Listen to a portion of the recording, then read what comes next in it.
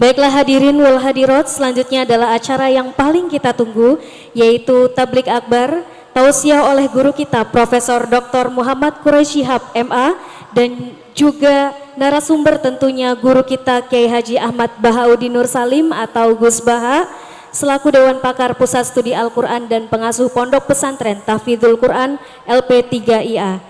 Tausiah ini juga akan dipandu langsung oleh moderator, yaitu oleh guru kita Bapak Dr. Syahrullah Iskandar MA. Kepada beliau disilahkan. Bismillahirrahmanirrahim. Assalamualaikum warahmatullahi wabarakatuh.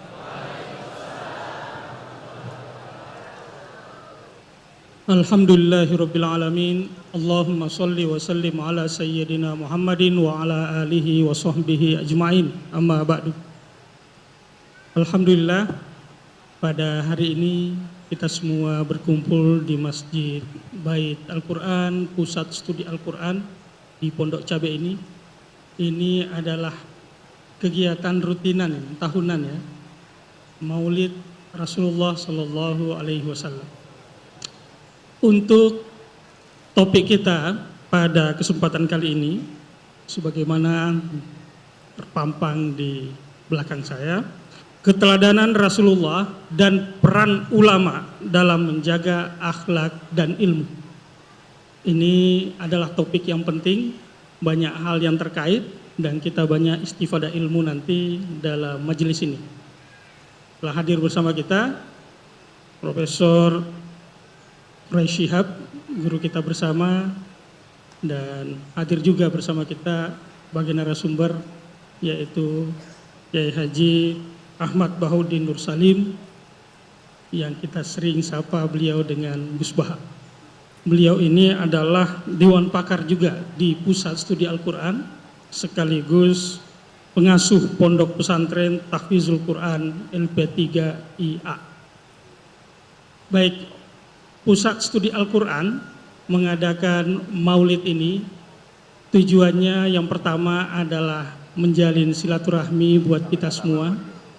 Yang kedua, kita juga hendak menanamkan cinta kita kepada Rasulullah Sallallahu Alaihi Wasallam. Dan yang ketiga, tentu saja kita semua istifadah ilmu. Topik kita adalah tentang keteladanan Rasulullah dan peran ulama untuk menjaga ilmu dan akhlak. Saya biasanya nggak bawa catatan, tapi ini saya juga deg-degan ini. Duduk bersanding dan memoderatori dua ulama kita. Ya, sebagai pengantar aja. Rasulullah Shallallahu Alaihi Wasallam, kalau dari beberapa literatur, itu adalah tokoh tersukses di dunia dalam banyak hal. Ada yang melihat perspektifnya sebagai prestasinya, memang sosok Rasulullah sosok yang paling prestatif. Yang kedua, Rasulullah juga adalah sosok yang apa yang ditanamkan, dicontohkan, itu telah berbekas dan lama sampai sekarang dan terus berkembang sampai kini. Ini tidak ada yang bisa menyamai dalam hal prestasi Rasulullah.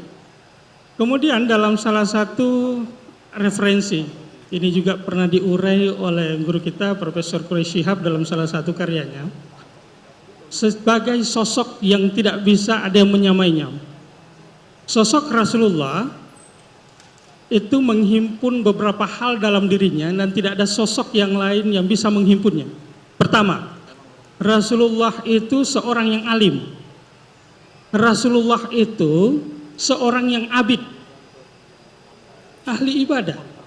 Rasulullah itu seorang pemikir. Rasulullah juga seorang pemimpin. Dan yang terakhir, Rasulullah adalah sosok yang seniman. Ini beberapa hal yang terhimpun pada diri Rasulullah yang kita tidak bisa ikuti, karena itulah kekhususan dan kelebihan Rasulullah.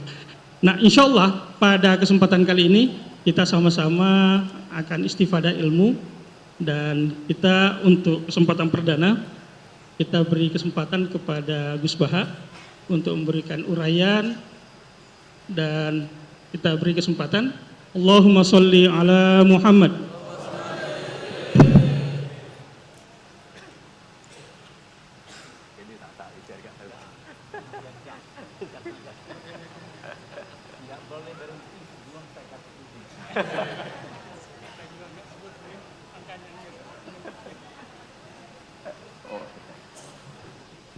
Katanya nggak dengar benar. Ya, saya bilang kita ini tidak sering ketemu Gus Baha. Walaupun kita sering dengar dan ikuti di YouTube dan sebagainya. Kali ini kita bertemu langsung. Kalau mau ketemu Gus Baha di Pusat Studi Al-Quran paling tidak hanya 3 kali setahun. Iya. Kalau saya setiap bulan Anda bisa ketemu saya di sini. Jadi Gus Baha akan bicara, baru boleh berhenti kalau dapat izin dari saya.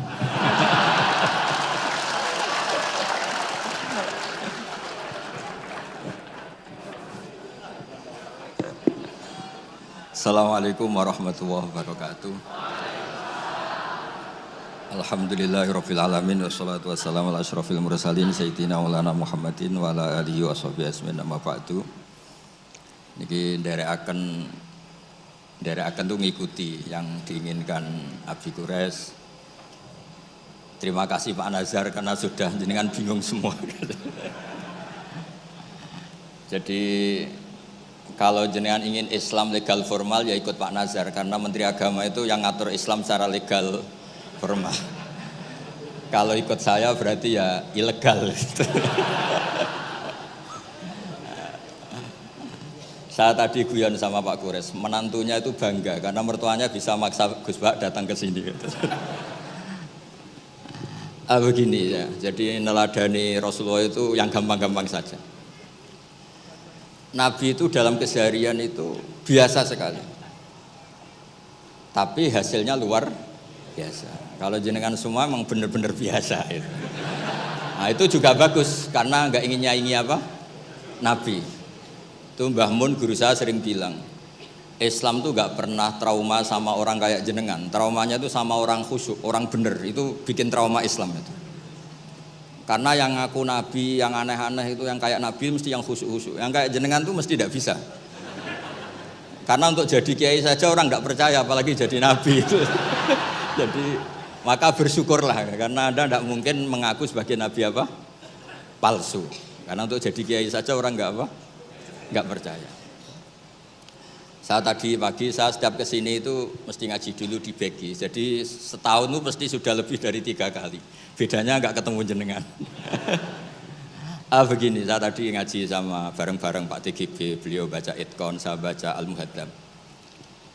Ini saya cerita yang ringan-ringan. Sekarang kan baru rame misalnya ajaran akhlak. Allah sendiri itu kalau boleh dibahasakan itu paling berakhlak. Saya beri sekian contoh betapa Allah itu sangat menata tata krama. Kata Allah, saya ini Tuhan. Inni haramtu zulma ala nafsi wa ja'altuhu bainakum muharraman. Kedzaliman itu saya larang, bukan pada kalian saja, saya sendiri melarang diri saya berlaku apa? Dzalim. Terus Allah diceritakan oleh Rasulullah SAW, kata Nabi, Innallaha hayyun karim. Allah itu pemalu. Jadi malu, ini ada Pak Lukman Hakim. Malu kalau ada orang mengangkat tangan kemudian nggak diijabahi. Saya malu, orang itu sudah ngangkat tangannya, sudah gini kok tidak saya kasih. Terus contoh lagi, ketika Anda merasa aktor pemberi sedekah, aktor apa? Itu Allah mengistilahkan dirinya itu mangdalladzi yuqridu waha qardan hasana. Siapa yang mau menghutangi saya?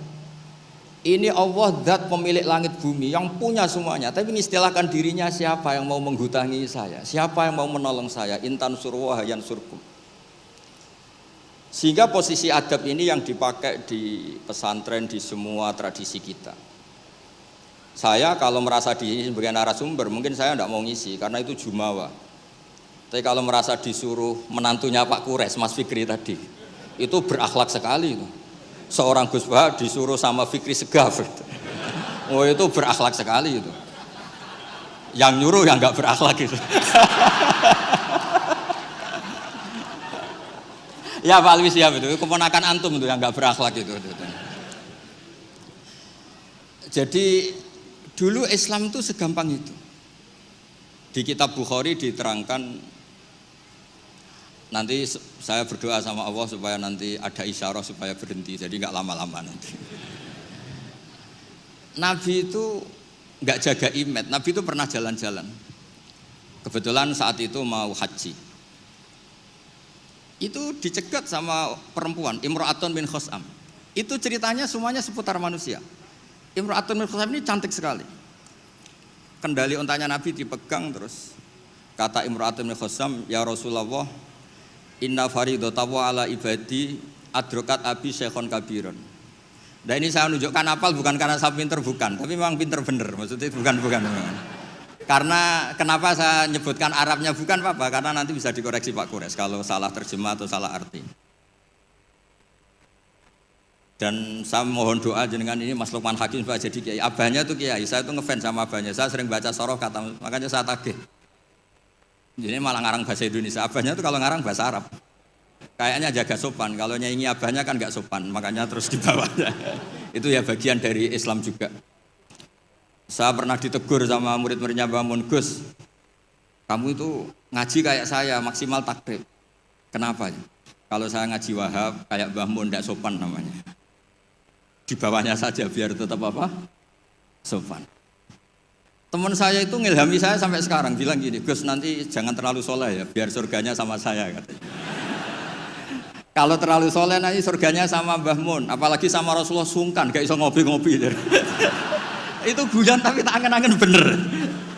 Ya jadi jangan bayangkan di surga sama Rasulullah sungkan teman.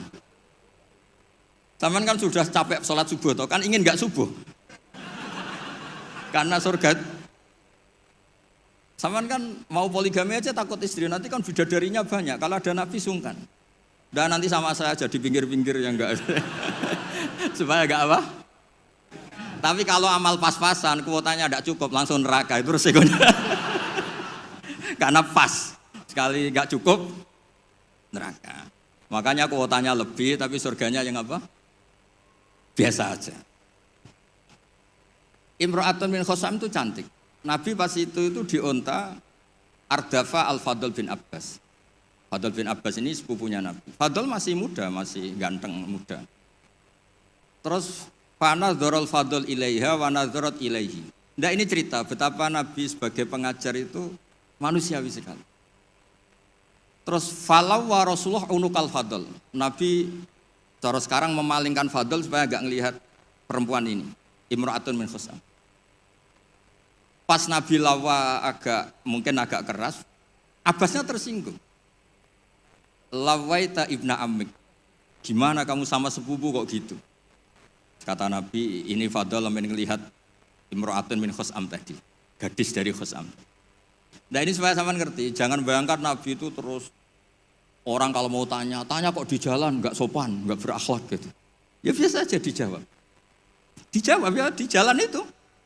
Yang tanya juga agak sowan dulu enggak, ya bisa. Nah sekarang beberapa ustadz itu kalau ada orang tanya disuruh ke rumah, ternyata ustadznya masih belajar dulu. Itu enggak urusan sopan, ilmunya enggak cukup, kalau jawab langsung tuh enggak cukup. Terus dikemas sopan, enggak sopan, tanya di jalan, di rumah. Pertanyaannya kasih dulu, ternyata belajar dulu dia. Oh itu benar-benar ustadz enggak sopan itu. Kan enggak efisien, enggak apa? Ini cerita di Sahih Bukhari. Inna faridatahu ala ibadi adrakat abi syekhon kabiran la yastati'u ayasbuta ala rohilah wa fi riwayatin ayastamsika ala rohilah. Afa ahujju anhu. Bapak saya itu tidak kuat haji. Dan sekarang haji sudah wajib. Ini gimana? Apa saya perlu hajikan? Itu awal ada haji niabah. Kalau di masyarakat disebut kaji amanah. Jadi kaji amanah itu tidak nunggu meninggal, orang stroke nggak mungkin haji itu sudah bisa dikajikan apa? Aman. Saya itu punya teman kurang ajar sekali Pak Kures. Saking kurang ajarnya bapaknya itu hidup.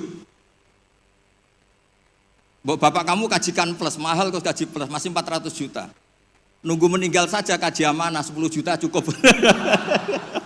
Wah kurang ajar betul itu. Sudah gitu masih bilang, malah infonya Gus, kalau orang Madura berani 4 juta katanya. Wah ngawur betul kamu itu katanya.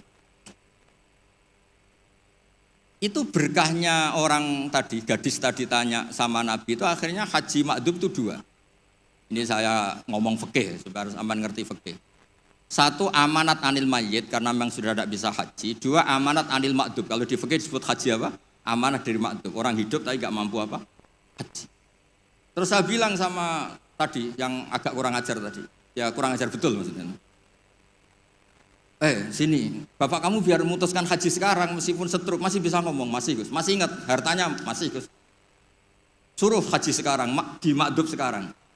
Pak, jenengan harus haji karena mampu, tapi itu enggak iso, amanah Pak. Ternyata amanah kalau masih hidup itu mahal, jual Innova. Walhasil terus sudah dihajikan amanah, orang itu meninggal. Mendingan mati Gus, murah, tadi masih mahal. Terus saya bilang gini, nah ini saya ngomong fikih biar Mas Fikri itu nggak salah lah, milih dewan pakar saya itu nggak salah, memang kayaknya memang kredibel ini. Saya sudah pamit sama Abi Kures. Itu di Sajaratul Ma'arif ada babu dzikri manaqiban nafsi, babu dzikri rajuli manaqiban nafsi. Bab seseorang itu boleh menyebut kelebihan dirinya kalau itu untuk kepentingan umat. Buktinya Nabi Yusuf ngendikan inni hafidun alim, urusan keuangan pasrahkan saya, inni hafidun alim. Dan semua Nabi mesti ngendikan inni lakum nasihun amin, saya ini orang yang punya niat baik. Jadi kata bapak saya kalau didik saya, tawadhu haram zaman akhir. Kenapa? Karena itu bentuk gak tanggung jawab. Disuruh mimpin negara gak mau, ngimami masjid gak mau, disuruh mulang gak mau. Ternyata karena gak mau tanggung jawab. Jadi tawaduk sama gak tanggung jawab itu bedanya sedikit. Sampean tawaduk apa gak tanggung jawab? Iya kan banyak orang tuh gak berani nyai. Wah saya dereng sakit gini, tapi komen. Kacau itu. Saya teruskan. Sehingga dulu yang dialami Nabi itu ya biasa. Sampai di Bukhari dibabkan berkali-kali. Babul futya fit thoriq. Bab Nabi itu biasa ngasih fatwa di jalan. Ada lagi dibabkan babu hajil mar'ati anir rojuli. Biasanya di fikih itu kan pola ibadah lelaki sama perempuan kan beda. Tapi di bab haji niyabah, ini ada Buya Aksin Sakho. Itu perempuan boleh menghajikan bapaknya. Makanya diulang lagi babu hajil mar'ati anir rojuli. Bab perempuan menghajikan lelaki.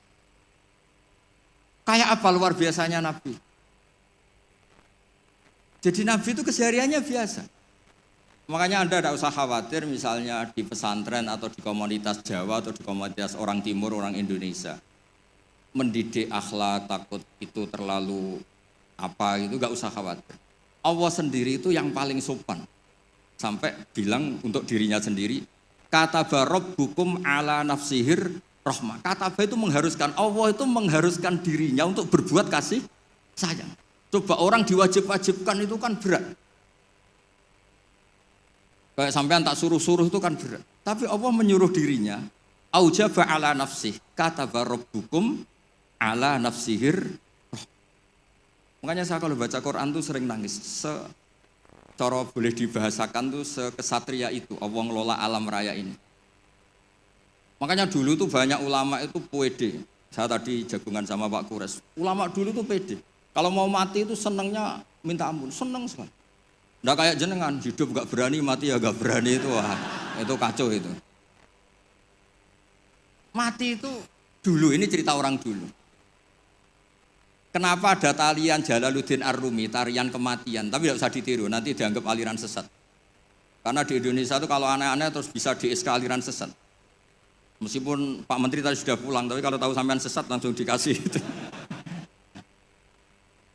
Itu Jalaluddin Rumi, pas mau meninggal itu santri-santrinya nangis. Terus kata beliau, kamu harusnya nggak usah nangis, kamu harusnya seneng. Kamu punya guru yang sekarang mau ketemu sama yang sangat dicintai. Kamu itu santri bodoh betul. Gurunya mau ketemu yang dicintai kok kamu nangis. Ayo, tertawa semua. Tapi kalau kamu praktekkan, dibengkolang orang banyak kamu. Itu akhirnya santrinya senang gurunya. Alhamdulillah guruku meh mati, alhamdulillah. Tapi dilihat kematian adalah awal ketemu yang dicintai. Lah begitu itu ya bersanad. Ketika Bilal, Sayyidina Bilal itu mau meninggal, itu orang sekelilingnya nangis. Beliau ya marah, jangan nangis. Ghadan nalqal ahibbah Muhammadan wa hisbah. Besok saya ini mau ketemu Rasulullah Muhammad. Kamu gak usah nangis. Ghadan nalqal ahibbah Muhammadan wa hisbah. Tapi mereka mengajarkan kebenaran itu rileks. Ya mengajarkan kebenaran itu rileks. Ini cerita sunnah Rasul yang mudah kita tiru. Sama nggak usah bayangkan jadi kiai sufi terus terkenal wali repot. Bisa kiamat kalau yang jadi wali sampean. Saya keberatan, betul keberatan. Mungkin Pak Kures nggak apa-apa. Orang sepuh itu biasanya legowo, gak apa-apa yang wali kowe. Saya yang komplain. Nggak terima saya. Karena nggak lewat saya, kalau lewat saya lewat orang dalam. Dulu Nabi Ibrahim itu pernah ingin umur tua. Allahumma rzuqni umran tawilan itu. Ini cerita kalau Allah itu ngelola agama ini ya seni, nggak terlalu serius. Sama Allah itu nggak dijawab. Ada orang sepuh sowan ke Nabi Ibrahim dikasih anggur. Ketika dimakan dikunyah keluar lagi, ngalir lagi. Ketika dikunyah ngalir lagi keluar. Orangnya sepuh. Nabi Ibrahim langsung masuk kamar. Ya Allah, ini engkau nyindir saya. Hem kena nganti tua, ya senasib pemuniku. Akhirnya, ya Allah, doa tadi enggak jadi. Gitu. Artinya segampang itu Allah jawab. Pernah Nabi Ibrahim itu didatangi malakul maut. Saya pernah cerita ini. Israel datang ke Ibrahim. Saya disuruh nyabut nyawa kamu. Nabi Ibrahim kan GR. Ya beliau kan Khalilur Rahman, makanya marah dia. Enggak mungkin, Allah enggak menginfo dulu sama saya. Kalau kamu mau cabut saya, kamu ngawur Israel. Makanya kalau kamu bisa ngawurkan Israel itu sanadnya sampai Nabi Ibrahim itu. Kalau berani. Ngawur kamu. Saya enggak dikasih info dulu. Hal ra'aita habiban yumitu habibah. Masa ada kekasih bunuh yang dikasih, ini enggak benar, logika kamu enggak benar. Wah Israel kan enggak bisa debat dia. Enggak pernah kuliah, enggak pernah munakosah dia.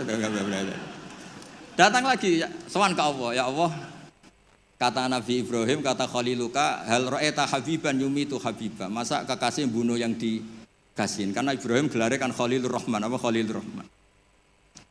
Terus sama Allah, kamu bilang gini Israel kan nggak bisa mikir. Makanya ada orang itu ngeluh itu, Gus bapak saya pas di sawah kok mati. Gue Israel itu biarin sampai rumah dulu, kenapa? Pas di sawah mati, di pematang sawah itu belum mati itu cerita ke saya, Gus Israel itu kasih tahu tuh, masa kan bisa bunuh di rumah kan bisa. Sembrono betul itu. Terus saya bilang sebetulnya ada, teori itu ada, tapi harus jadi nabi dulu. Masalahnya sekarang nabi sudah apa? Ditutup. Sebetulnya bisa kata saya itu. Terus akhirnya Ibrahim ini Israel dikasih tahu sama Allah. Bilang ke Ibrahim, hal ra'aita habiban yakrahu ayyalqa habibah. Dibalik logikanya. Ya Mas Lukman ya, hal ra'aita habiban yakrahu ayyalqa habibah. Masa ada kekasih tidak siap ketemu yang dikasih. Katanya kamu tuh kekasih Allah, masa ketemu tidak berani katanya. Oh, ketika langsung Nabi Ibrahim marhaban, oh ya gitu. Masalahnya Anda tidak kekasih Allah. Makanya jangan mati dulu. Nunggu di ACC jadi apa? Kekasih. Nanti baru mati. Jadi intinya beragama itu rileks. Ada diskusi, ada somasi, ada komplain. Enggak apa-apa.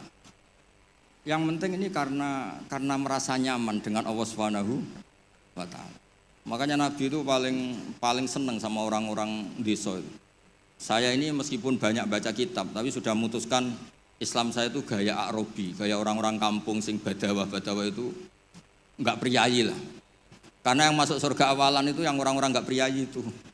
Karena malaikat repot tuh kalau ngadepi orang-orang nggak priayi ini. Saya pernah ada guru, ini betul, ini kisah nyata, ada guru mau dipidanakan gara-gara buka tes SD loh Pak Kures, kan sudah disegel. Sama dia dibocorkan supaya santrinya lulus semua, SD-nya lulus semua. Kan dikomplain mau dipidanakan. Ya karena saya di daerah saya kan ketua suku lah termasuk itu. Walhasil musyawarah sudah sowan Gus Bak dulu. Ternyata dalilnya tuh ngawur betul. Gus, gak apa-apa ya, buka gini gak apa-apa. Kenapa gak apa-apa? Ujian mungkar nakir dibuka kiai aja gak apa-apa, apalagi ini ujian. Ujian mungkar nakir kan sudah dibuka, amar buka. Masa ujian SD gak boleh? Wah, kepala sekolahnya kan pusing. Jangan Gus, jangan diturutin, ini kacau, ini kacau. Ya saya bilang akhirnya, ya masalahnya kepala sekolah sama polisi itu tidak mungkar nakir. Jadi ya beda, gitu Gus ya tak kira sama Gus. Jadi ujiannya mungkar nakir saja bisa dibuka, bisa dibocorin. Masa ujian SD tidak boleh katanya. Makanya repot, kena orang-orang kayak gitu tuh repot. Nah orang Arabi itu logikanya seperti itu. Tapi jangan ditiru ya, tadi yang di Indonesia enggak boleh tetap kalau bisa di penjara kamu. Sudah miskin di penjara repot nanti, sudah repot nanti. Ya kalau kaya kan agak bisa gimana gitu. Kalau miskin kan agak susah itu. Ya agak gimana ya, agak gimana-mana pokoknya kalau itu segampang itu. Ada orang Arabi tadi saya jagungan sama Pak Kores. Tanya sama Allah, Rasul, ya Rasulullah, man tawalla hisabi, nanti yang ngurusi hisab saya itu siapa? Kata Nabi, Allah. Allah binafsi, Allah sendiri yang menghisab, bukan malaikat, bukan. Iya, jadi. Orang Arabi itu fawalla, orang itu langsung, ya sudah Nabi saya mau pulang, sambil tertawa-tawa. Sama Nabi dipanggil, weh Arabi, kenapa kamu tertawa-tawa? Jawabnya lucu, kenangan saya dengan Allah di dunia itu baik-baik saja. Maka nanti di akhirat juga baik-baik saja. Kalau sama malaikat saya tidak punya kenangan. Loh itu Nabi komentar itu fakuhal Arabi, kamu pinter yo gitu. Makanya kamu harus yakin kalau nanti ketemu Allah itu baik-baik. Buktinya kita di dunia tanpa prestasi ya baik-baik saja. Kita penuh problem, Allah ya baik-baik saja. Enggak terus, makhluk tanpa ada gunanya keluar dari bumiku ya. Nah itu penting. Jadi Allah itu suka. Makanya ada hadis ana indadzoni abdibi, saya ini terserah cara pandang. Ini yang terakhir meskipun belum disemprit Pak Kures. Sudah dapat izin. Di kitab Ihya, saya berkali-kali cerita ini. Kitab Ihya itu meskipun hadisnya banyak yang nyoal, tapi kitab itu kitab keramat. Makanya ada pensarah Ihya namanya Sayyid Zabidi itu. Beliau sering ngendikan hadal hadis min haisul matnu dhaif lakinnahu masyhurun wa yu'adituhu fil makna al ahadits as-sahihah. Jadi intinya itu hadis ini secara teks memang masalah, tapi secara makna dikuatkan oleh sekian riwayat-riwayat yang sahihah. Jadi yang dhaifnya itu hanya min haisul lafdu atau hadal lafdu bi ini masalah, tapi min haisul makna itu enggak masalah. Ada orang itu sudah di neraka 2, dipanggil sama Allah ke surga. Allah itu tanyanya unik. Ini di terakhir kitab Ihya di kitab Ar-Raja. Gimana rasanya di neraka? Karwan di neraka ditanya sama Allah. Wah, enggak enak Gusti. Kami tanya, lah kamu gimana di neraka? Wah, enggak enak Gusti. Sudah diborgol, dibakar api, pokoknya enggak enak Gusti. Terus yang satu disuruh, ya sudah kembali lagi ke neraka. Itu lari semangatnya minta ampun, lari ke neraka, semuanya minta ampun. Marhaban ya Allah, ya sudah lari ke neraka. Allah kan dia. Wih kok semangat gitu. Terus dipanggil sama Allah, kenapa kamu semangat masuk neraka? Karena ini perintah engkau. Saya sampai masuk neraka itu gara-gara kalau engkau perintah tidak pernah nurut. Makanya kali ini saya nurut. Lari ke neraka. Ya sekaligus ini ijazah. Nanti kalau disuruh ke neraka lari sekencang. Saya ini sudah trauma, sudah nyesal. Karena dulu ketika engkau perintah saya tidak pernah nurut, makanya saya semangat gitu, nurut, karena ini perintah jenengan. Terus pas lari kencang neraka sama dipanggil lagi. Ya sudah kamu anak baik, di sini aja. Nah khawatir saya nanti kalau kamu lari ke neraka sama Allah dibiarin. Nah itu tidak tahu saya ini. Tapi berkahnya ngaji ini, kamu husnudzon saja, nanti dipanggil apa? Woi anak baik, tak suruh langsung apa? Langsung lari. Itu cerita di Ikhya. Yang kedua, yang satu agak bandel. Ayo kamu kembali lagi ke neraka, kamu kan penghuni neraka. Diam saja. Terus, kenapa kamu diam? Teman kamu lari kok kamu diam? Saya itu yakin ketika engkau memanggil saya ke surga, itu tidak akan lagi mengeluarkan dari surga. Itu keyakinan saya. Tadi GR. Terus sama apa? Ya sudah, ana indadoni abdibi. Jadi dua-duanya itu benar. Jadi segampang itu beragama. Nanti di akhirat gak ada komentator, gak ada analis, gak ada aman. Jadi tidak bisa kamu menganalisis Allah, nanti mau apa ya? Tidak bisa. Apalagi masuk TV, gak bisa. Jadi hubungan dengan Allah itu segampang itu. Nah saking gampangnya hubungan dengan Allah itu Nabi pernah bikin MOU sama Allah. Dan itu yang dipakai seluruh kiai di seluruh dunia. Di semua kitab. Ya Allah, manusia itu kan tempat salah dan lupa. Bu ya jangan langsung menghisap kalau ada manusia salah dan lupa. Loh itu sama Allah diturutin. Makanya Nabi ngendikan uqtitu khamsan lam yu'tahunna ahadun qabli. Di antara yang disebut tuh khawatimu suratil Baqarah. Coba kita ini disuruh Nabi dan dilegalkan Allah. Enggak terima menteri agama, yang legalkan Allah Subhanahu wa taala ini. Disuruh berdoa, Rabbana la tu'akhidna in nasina Allah. Coba. Doa itu kan agak ngawur sebetulnya. Masa lupa atau salah minta dimaklumi. Coba kalau sampean punya manajer di kantor, Pak, kapan-kapan kalau datanya tak tumpahin teh maklumi ya. Oh, langsung di PHK kamu. Kapan-kapan kalau Bapak manggil dan saya lupa nggak datang, maklumi Pak ya. Oh, PHK.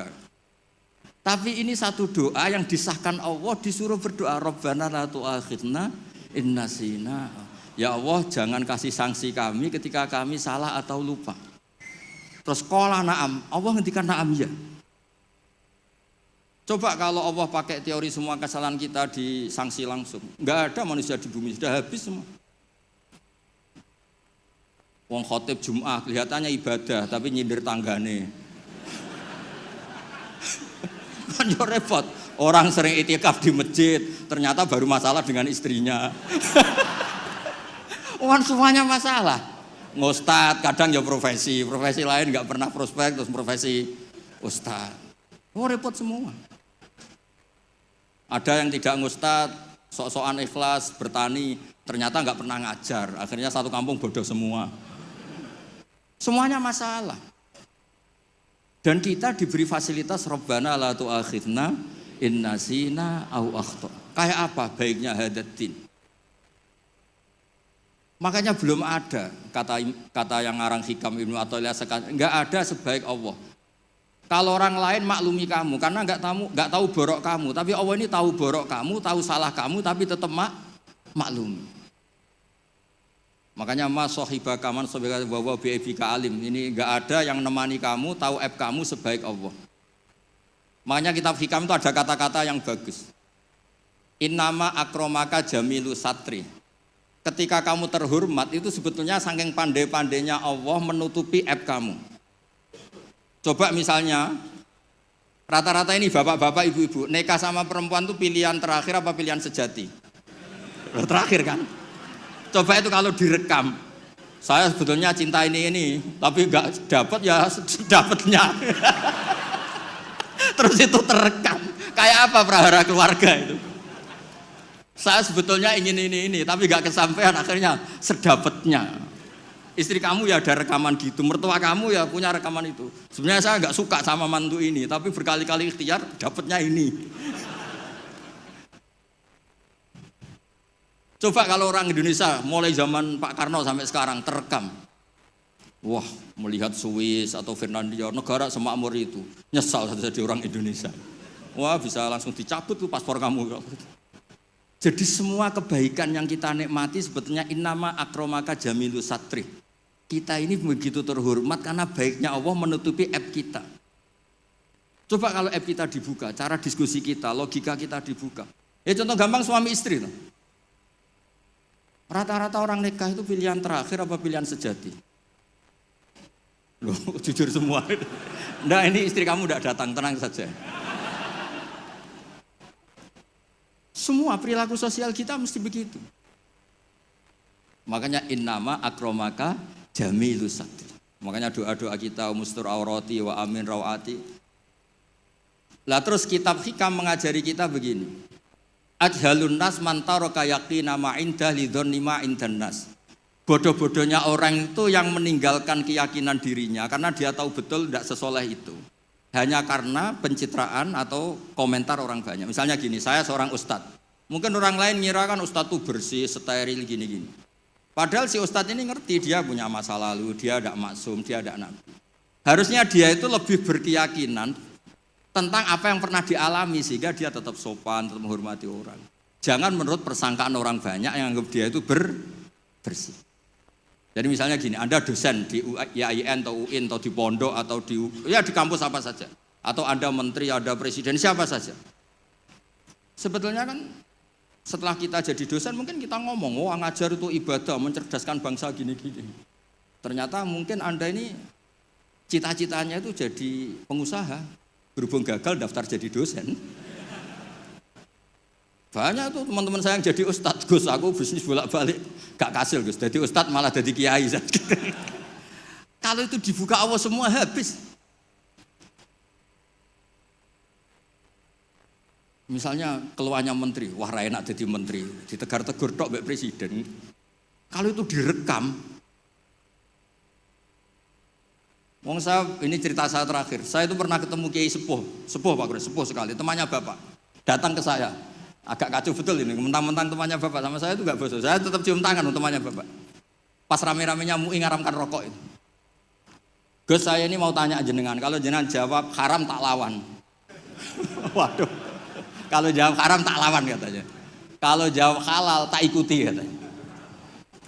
Yang saya senang dari cerita dua Kiai Sepuh ini begini.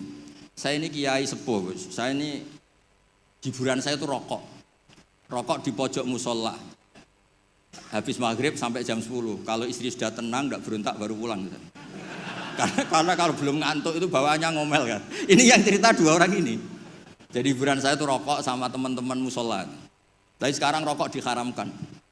Tolong kasih tahu MUI, Gus. Raro rasanya jadi kiai katanya. Kalau orang awam hiburan kan bisa lihat dangdut katanya. Bisa saweran. Saya ini kan kiai, Gus, gak pantas. Hiburannya hanya rokok. Gitu aja kok diharamkan. Ya sudah bah, halal kata saya. Oh itu senengnya bukan main. Setelah itu kemana-mana bilang, kata Gus Pak halal. Waduh. Alasannya itu hiburannya katanya. Jadi saya semenjak jadi kiai itu ya sering dapat orderan fikih itu. Ya maksud saya beragama itu mudah. Yuridu wa bikumul yusra wala yuridu bikumul usra. Jadi ana intadoni abdi. Makanya sampean harus yang seneng, yang ceria. Karena ini untuk melawan setan.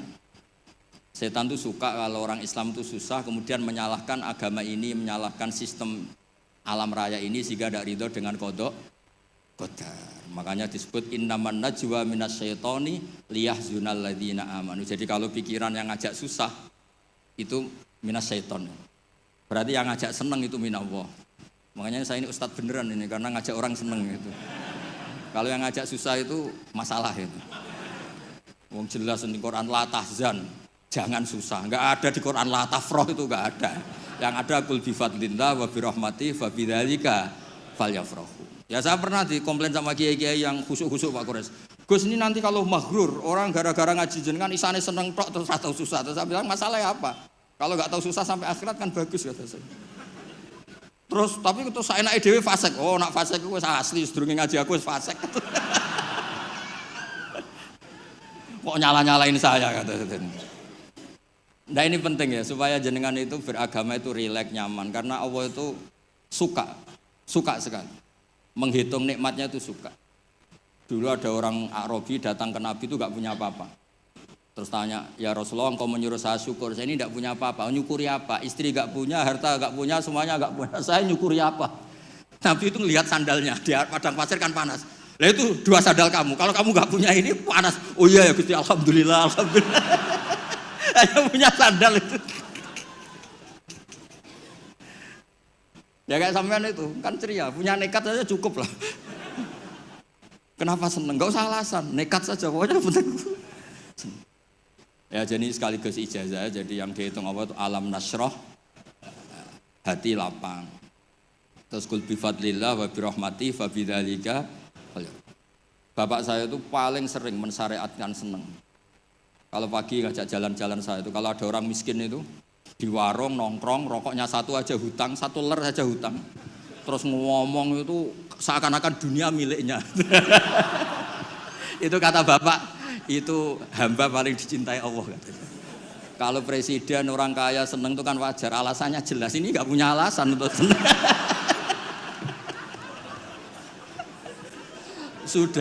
Sudah biar tetap seneng gitu. Nanti kalau gugat Allah malah repot katanya. Kalau gugat Allah malah apa? Repot. Lu itu betul. Orang itu masih hidup kalau ketemu saya. Gak enak Gus dadi jenengan dadi kiai. Nakal ra pantes, gak mulang gak pantes. Enak jadi kula Gus, apa wae pantes. Wah, repot. Ya sudah gak apa-apa, sementing kamu gak gugat Allah kata saya itu. Karena tadi ketika orang-orang miskin dikelola nyuwun sewu orang yang tidak bertuhan, ini terus malah yang digugat Allah Subhanahu wa taala. Makanya Sayyidina Umar dari sekian sanad, ini biar kita sepak kures. Dari sekian sanad yang saya terima dari guru-guru saya, dari Mbah Mun, dari itu Sayyidina Umar itu punya riwayat dari Rasulullah itu unik. Innallaha kallafani an asrifa an hudu'a. Ya saya ulang lagi. Innallaha kallafani an asrifa an hudu'a. Allah itu memaksa saya supaya apa-apa itu gak ngelibatkan Allah. Karena kalau apa-apa ngelibatkan Allah, kalau Allah kuasa kenapa ada orang miskin? Kalau Allah kuasa kenapa ada orang terlantar? Malah repot semua. Orang dilatih Islam menyalahkan dirinya sendiri. Rabbana dzolamna anfusana. Makanya Umar terus pidato, jika ada orang yang tidak makmur ketika saya jadi khalifah, salahkan Umar, jangan nyalahkan Allah. Anda punya pemimpin yang tidak becus. Kalau Sayyidina Ali mirip cuma agak kacau. Diskusinya agak kacau. Tapi kacau ilmiah tetap bagus. Ada orang ngelapor, ya Ali, ketika kita dipimpin Umar, dipimpin Abu Bakar, Umar baik. Kenapa setelah engkau pimpin kacau? Konflik, kata Ali. Ketika Abu Bakar, Umar mimpin, itu rakyatnya baik-baik kayak saya. Pas saya mimpin rakyatnya kayak kamu.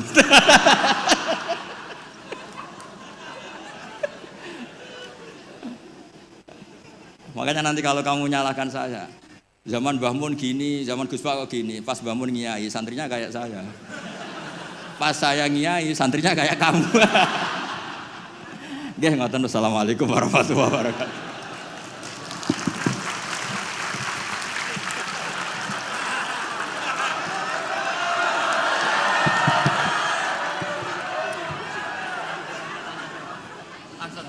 Belum dapat izin. Nanti tanya.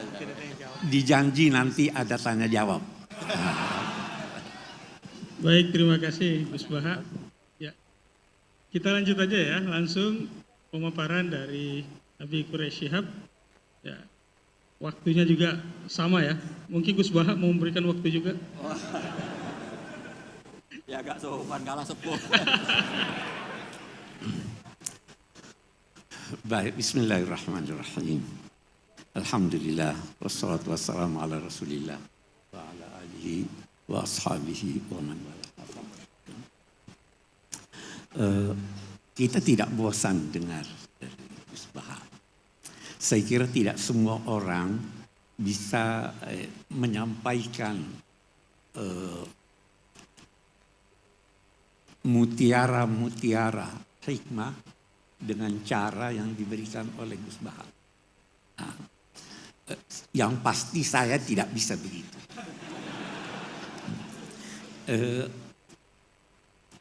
Banyak yang dikemukakan tadi, tapi saya mau tarik satu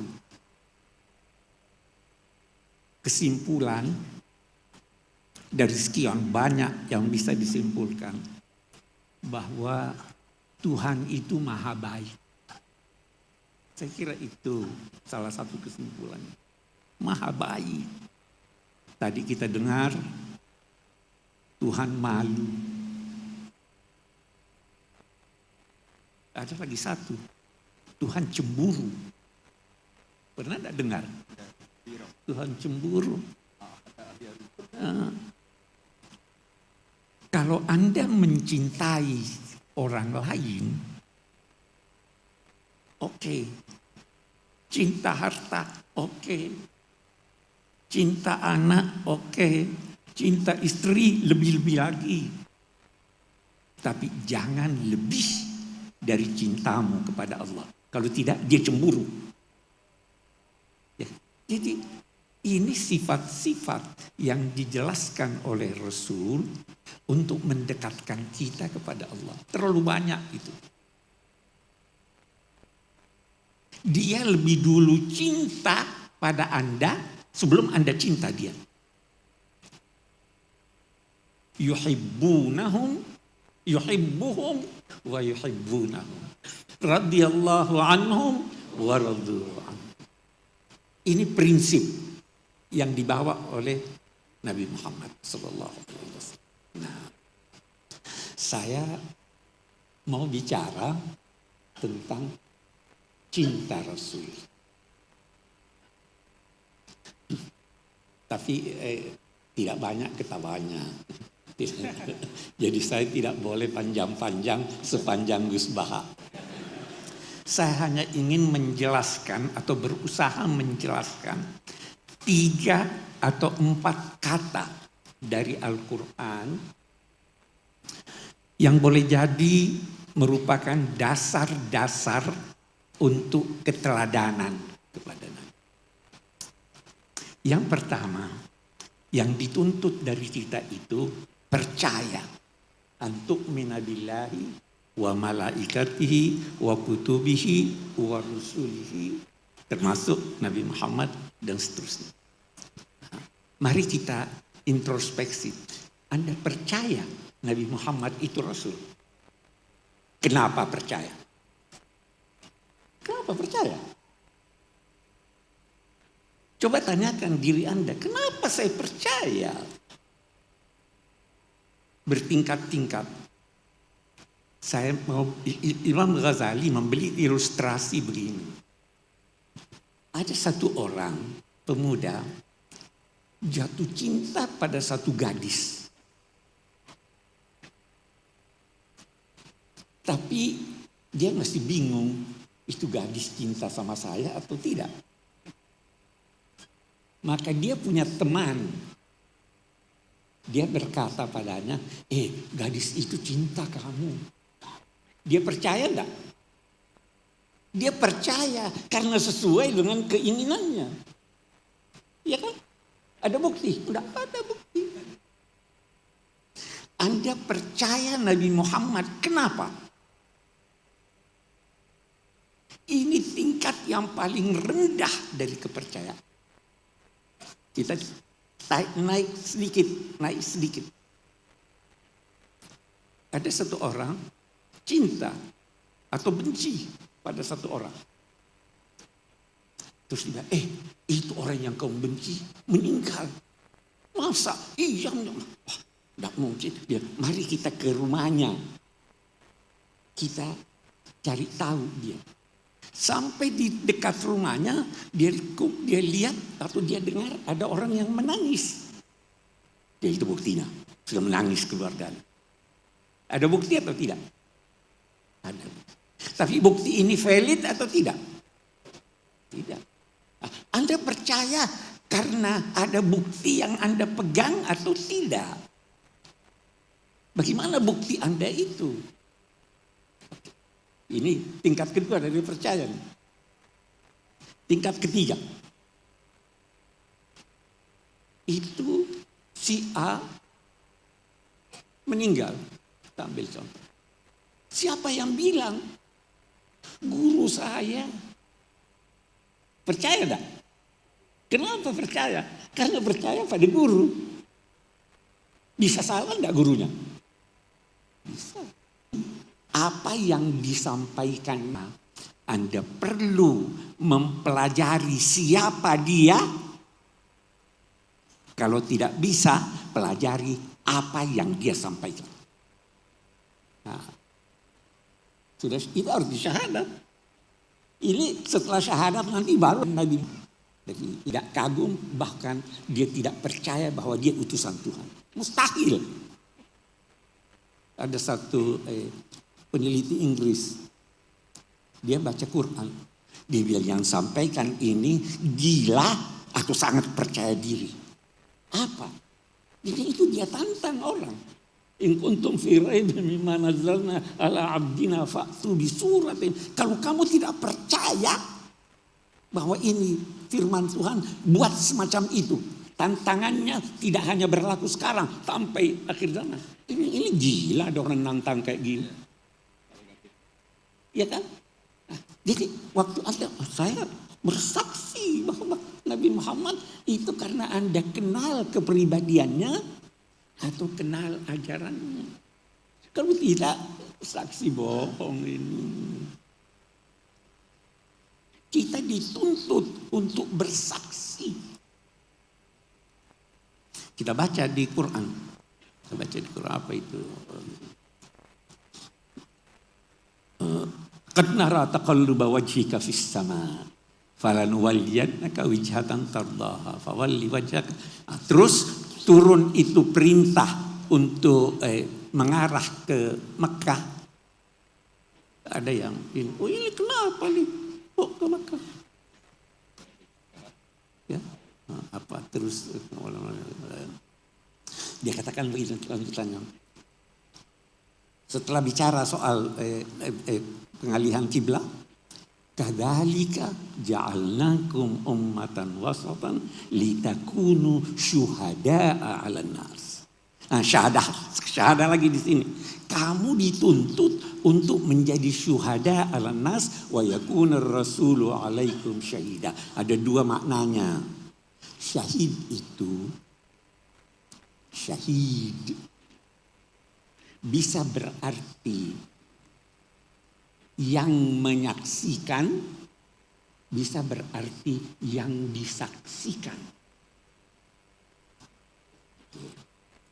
Kamu diminta untuk menyaksikan bahwa memang dia. Kedua, kamu diminta untuk disaksikan orang bahwa ini dia Islam yang benar. Beri teladan. Wa yakuna rasulu alaikum syahida. Rasul jadikan dia teladan. Syahida. Atau Rasul akan menjadi saksi di hadapan Allah bahwa kamu memang adalah umatnya. Itu syahadat. Ya kan? Kadzalika ja'alnakum ummatan wasatan litakunu syuhada'a 'alan nas wa yakuna rasul 'alaikum syahida. Wa ma ja'alna al-qiblata allati 'alaiha illa lina'lama may yattabi'ir rasul. Kita lihat keteladanan nih. Yattabi'. Itu ada dua kata yang mirip. Yatba' dan yattabi'. Dua-duanya berbicara tentang masalah yang sama. Astagfirullah. Wala khaufun 'alaihim wala hum yahzanun.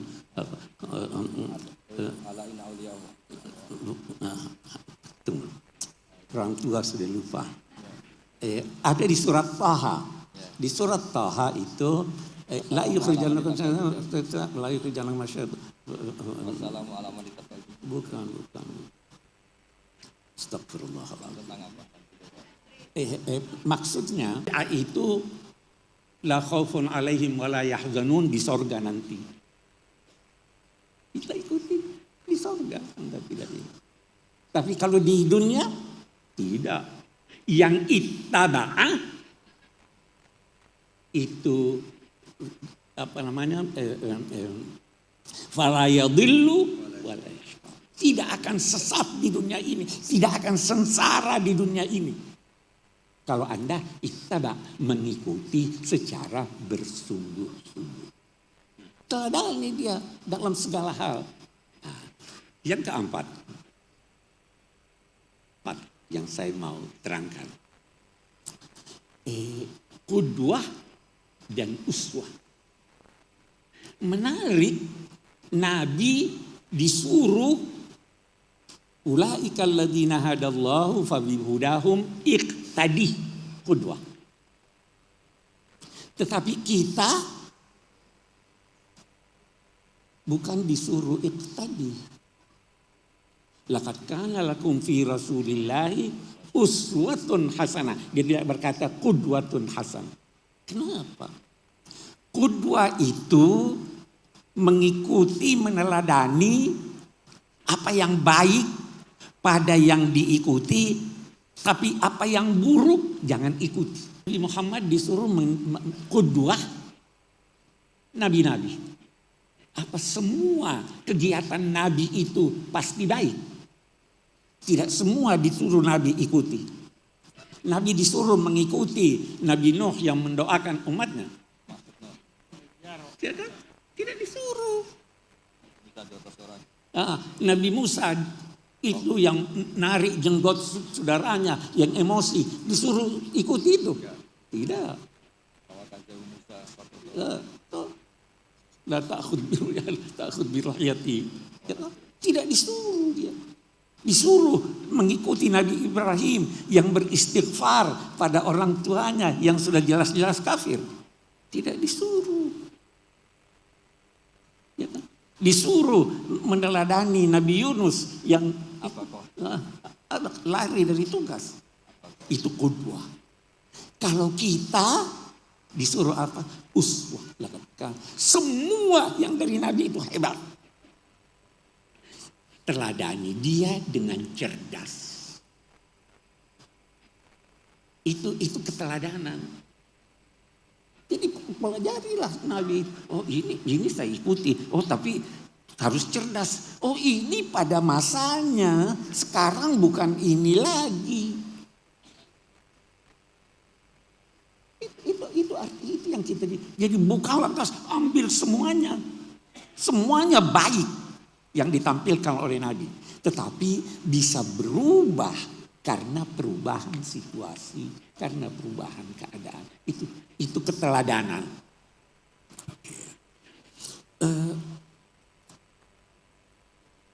Allah berfirman begini. Apa itu? Tsumma tatafakkaru ma bisahibikum min jinnah. Innama ini enaknya kalau ada Quran di samping kita. Qul innama a'izukum biwahidah. An taqumu lillahi mathna wa furada tsumma tatafakkaru ma bisahibikum min jinnah. Pesan Tuhan. Saya hanya berpesan pada kamu satu. Apa itu? Berpikir secara mandiri atau berdua atau berjamaah, kamu akan sampai pada kesimpulan ma bisahibikum min jinnah. Menarik lagi. Sedikit pun tidak ada. Tapi dia namanya sahibukum. Itu ditujukan kepada orang-orang yang tidak percaya Nabi Muhammad. Dia namanya sahibikum. Sahabat kamu. Kalau sahabat itu dikenal atau tidak? Kamu kenal dia. Kamu kenal dia. Kenapa baru sekarang kamu ini? Nabi sahibikum. Terus dia itu sahabat. Sahabat. Bukan cuma sama orang Islam sahabat. Dia menemani. Nah, itu menarik lagi saya teringat sekarang. Kalau kita buka Al-Quran. Berdoa itu. Pakai ya atau tidak? Ya itu panggilan yang jauh. Kalau doa dalam Al-Quran tidak pakai ya. Rabbana atina, bukan ya Rabbana, Rabbighfirli, tidak pakai iya. Kenapa? Karena Anda diminta dekat pada Tuhan. Kalau Anda tidak dekat pada Tuhan, Tuhan yang dekat pada Anda. Jadi tidak pakai iya. Anehnya. Ada 2 kali kata ya dalam Al-Quran yang diucapkan oleh Nabi. Tapi itu bukan doa. Itu keluhan. Ya Rabbi inna qaumi ittakhadhu hadzal Qur'ana. Allahumma shalli ala Muhammad.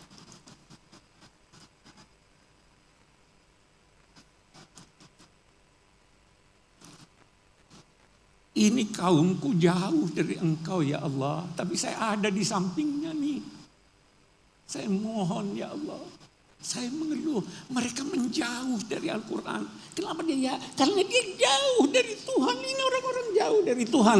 Di situ sahabatnya. Karena dia tidak menjauh dari orang. Itu adalah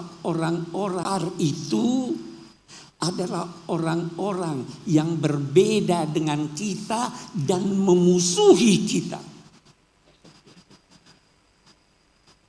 Kalau Al-Kafirun itu orang yang berbeda dengan kita, tetapi dia tidak memusuhi kita.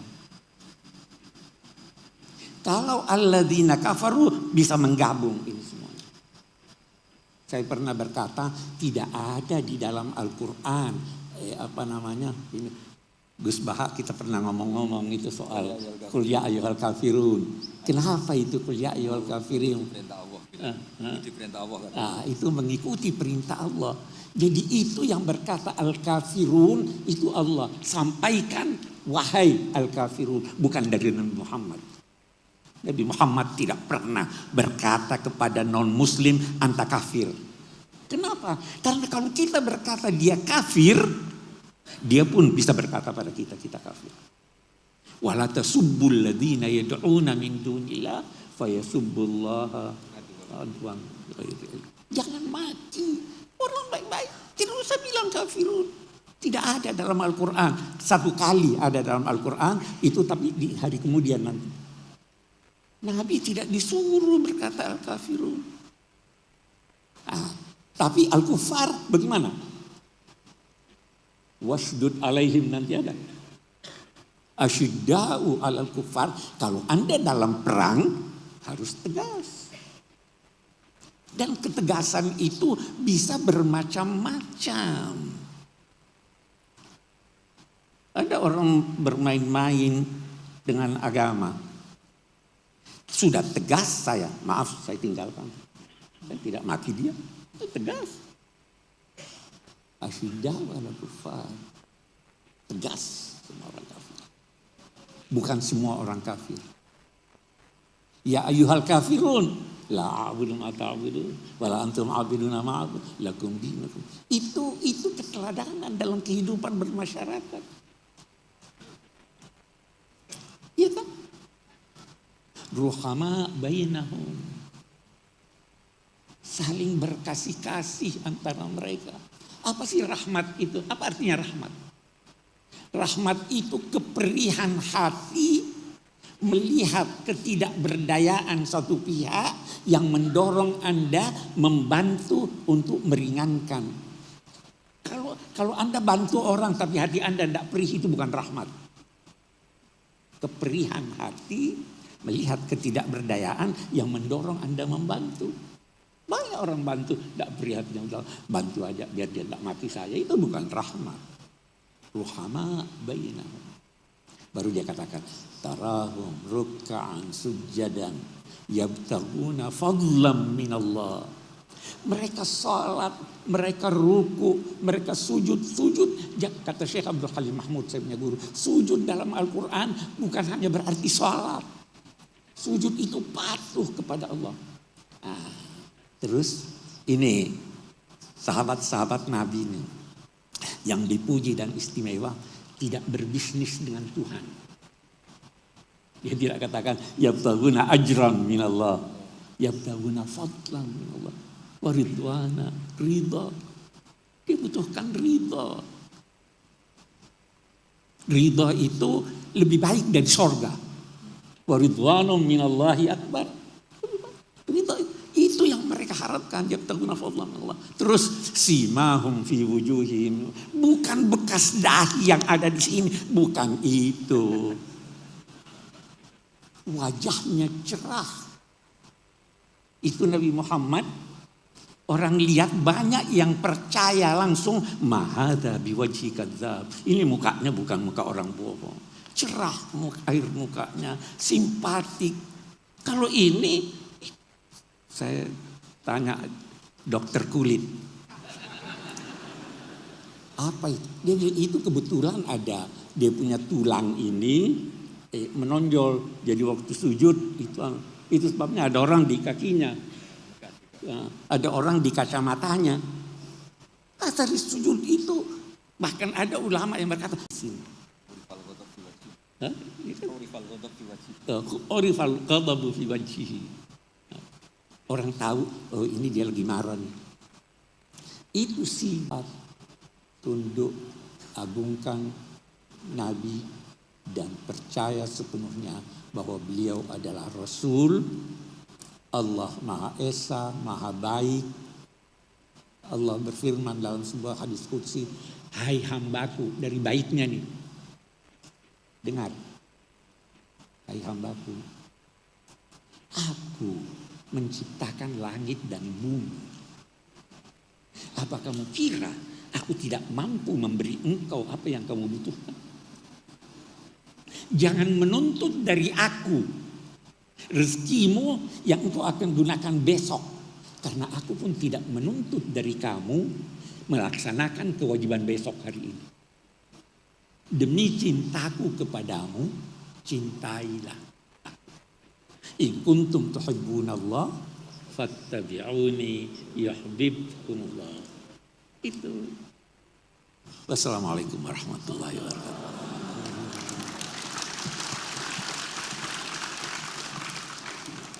Alhamdulillah.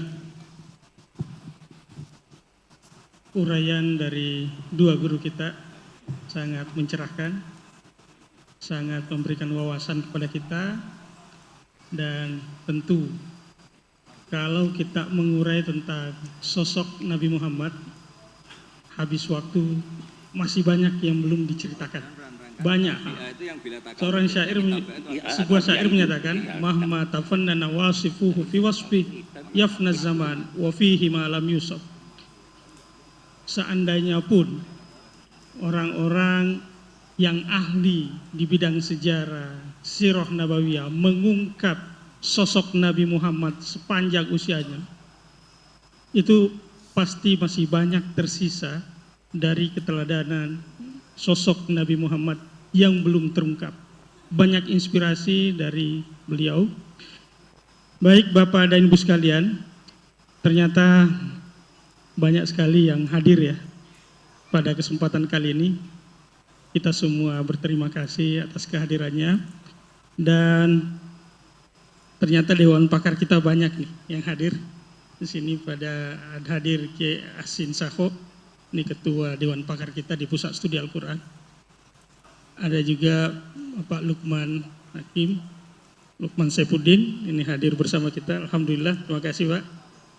Bapak Profesor Alwi Shihab, saya mengucapkan terima kasih. Prof. Ade Hidayat, kemudian ada Tuan Guru Bajang, alhamdulillah, dan ini ada Kiai Ulil Absar ya, hadir bersama kita, dan banyak tokoh yang lain.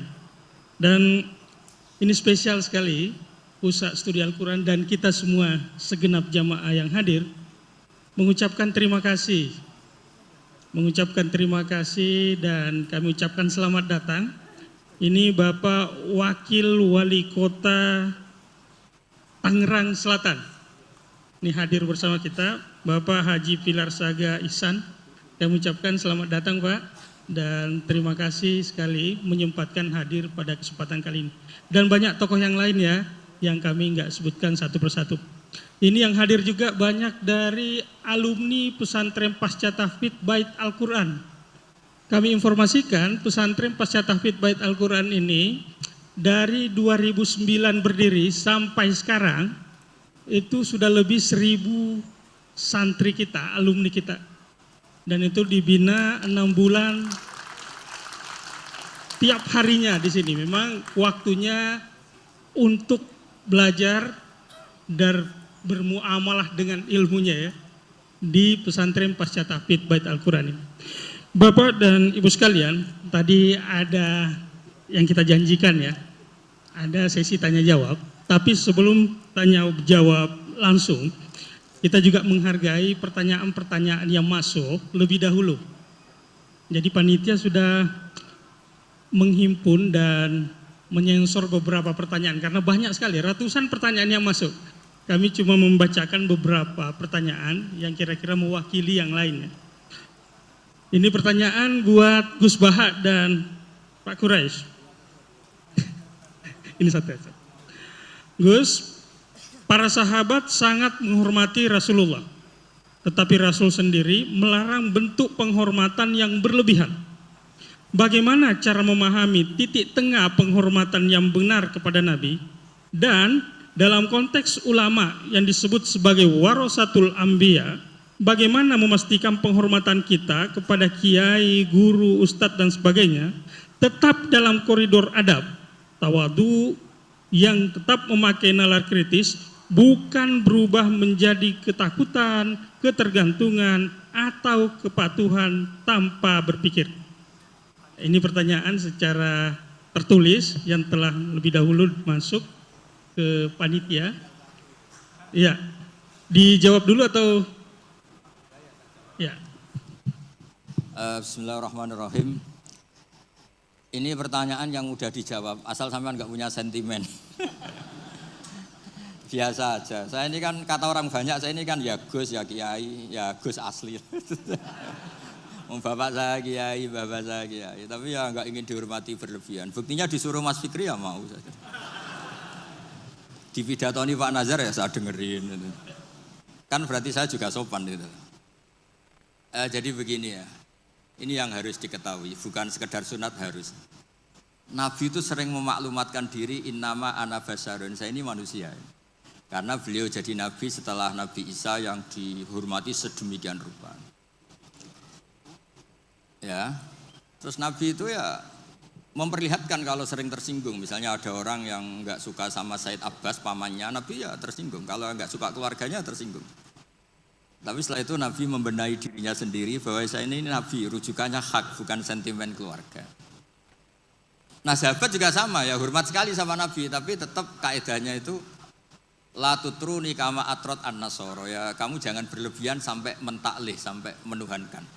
Kalau hormat yang berlebihan dengan arti loyalitas atau bahasa tubuh, itu ya mulai dulu ada ya di semua tradisi. Sama lihat di kerajaan-kerajaan atau di film-film Cina itu kan semua, baik versi ketua suku maupun ketua geng, ketua apa saja kan ya dihormati oleh anak.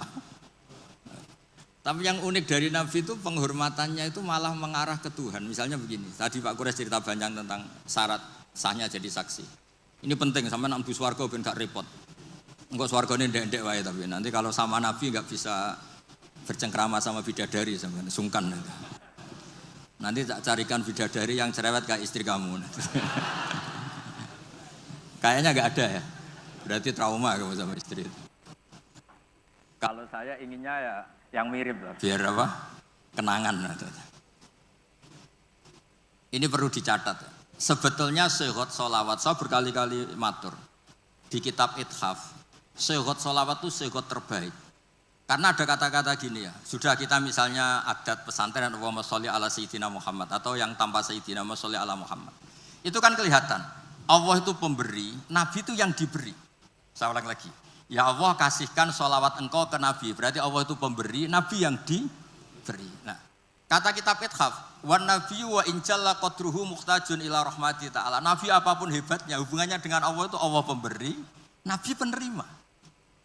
Makanya hadil ummah tidak akan terperosok mentaklih, menuhankan Muhammad. Karena redaksinya sudah, ya Allah saya minta sholawatmu kasihkan ala abdika wa rasulika Muhammad, disebut ala abdika. Maka sehot sholawat itu ekspresi kita mencintai Nabi, maka kita bersolawat sekaligus memaklumatkan porsi masing-masing. Allah selamanya pemberi dan Nabi apapun hebatnya diberi. Jadi penghormatan sahabat itu ya terukur semua. Lah nanti kultur-kultur tertentu di daerah tertentu, misalnya di Kesultanan Jogja atau Kesultanan Maluku, semua di pondok, di apa-apa. Saya yakin semua orang soleh itu inginnya semuanya proporsional. Nggak tahu kalau yang sentimen, tapi semua orang soleh itu inginnya pasti propor. So, itu pasti, tak jamin. Terus yang terakhir tentang sholat. Ada kata-kata as-sholatu imaduddin. Nabi kok tidak bukti Nabi itu gimana? Tadi kata Pak Kures kita butuh seksi. Ketika beliau jadi Nabi dan diikuti banyak orang, yang jadi ukuran ajaran terbesar beliau itu apa? Sholat. Dan sholat itu nyuruh apa coba? Allahu Akbar kabira walhamdulillah katsira subhana rabbiyal azim subhana rabbiyal a'la. Ketika itidal Rabbana walakal hamdu. Masa ada seorang manusia bikin satu ritual yang semuanya itu muji Allah. Itu kalau nggak Nabi nggak bisa. Sampai antak kayak hak gawe wiridan mantra nguntungno sampean dhewe mesti. Sampean misalnya tak angkat jadi tokoh spiritual kula. Wah lara kula mesti.